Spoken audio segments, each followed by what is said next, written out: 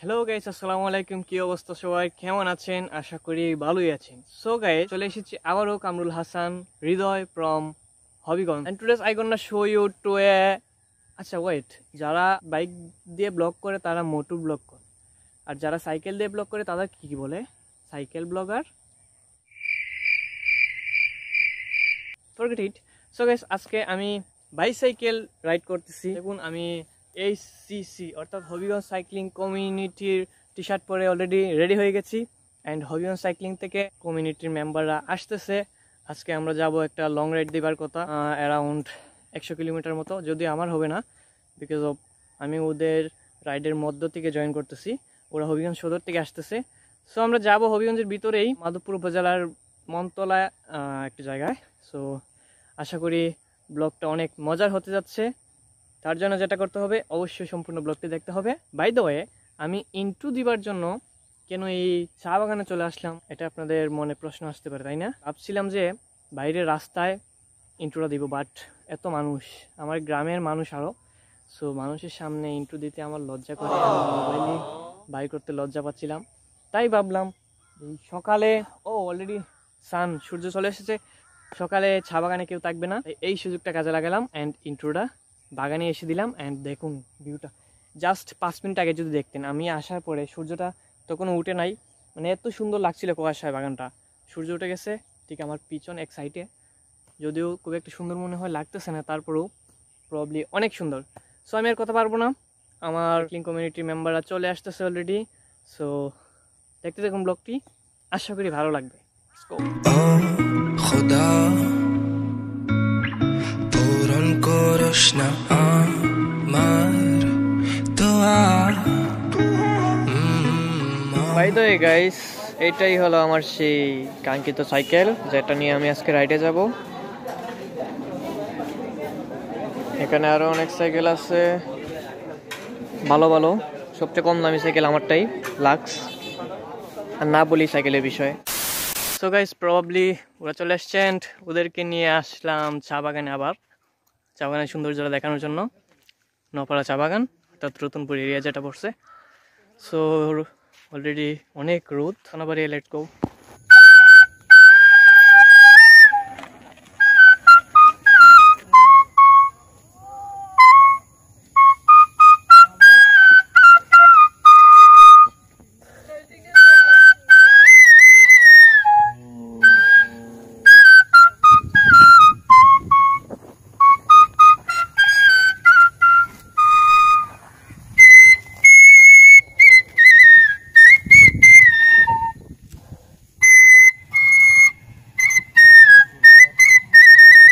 Hello.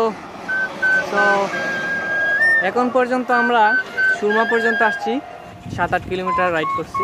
একজনের সাইকেলের problem দেখা দিচ্ছে, যার কারণে আমরা ওয়েট করতেছি পিছনে। সো তাকে নিয়ে আবার রওনা হবে। সো এখন বাজে 1:30।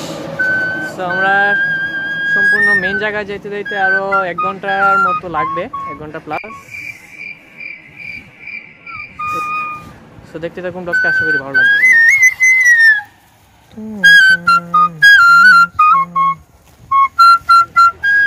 This is my bike and ভাঙ্গা একটা গ্লাস, যদিও আমি ভাঙি নাই, পোলামন্তে শয়তানি করে ভাঙছে।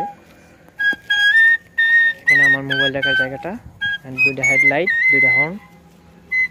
তো এগুলাই তো, এখানে ছোটো একটা ব্যাগ, পানি এখন আমি নেই নাই, পানি নেব। অ্যান্ড তাদের জন্য ওয়েট করতেছি, তারা এদিকে আসবে অ্যান্ড আমরা এদিকে যাব। This is my helmet, cycle helmet. Okay guys, আবার যাত্রা শুরু আমাদের। রাস্তাটা অস্থির।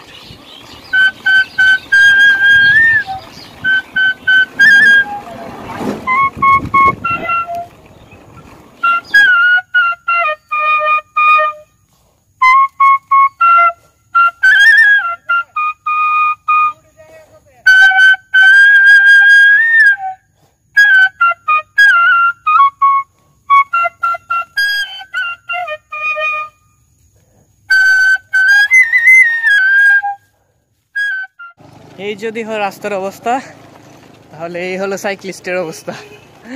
সবাই হাঁটা শুরু, রাস্তা খুবই খুবই খারাপ অবস্থা, যে কোনো সময় চাকা নষ্ট হয়ে যেতে পারে।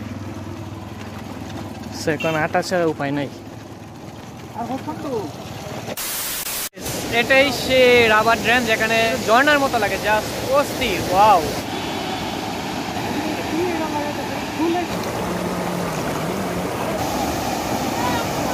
ও মাই গড, এটা সত্যি অসাধারণ।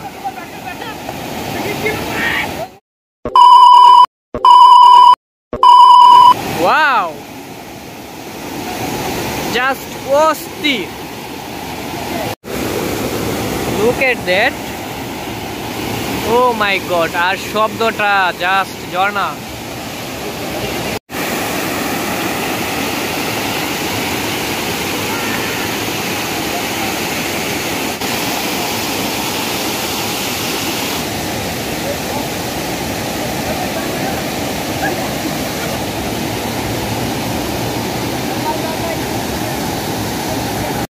শেষ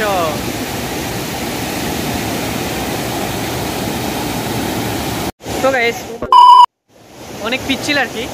সো রাস্তা খুবই অবস্থা খারাপ ছিল, তারপরে এই জায়গাটায় এসে দেখে মনটা ভরে গেল, আসলে সব কষ্ট শেষ। দেখুন জায়গাটা জাস্ট অস্থির।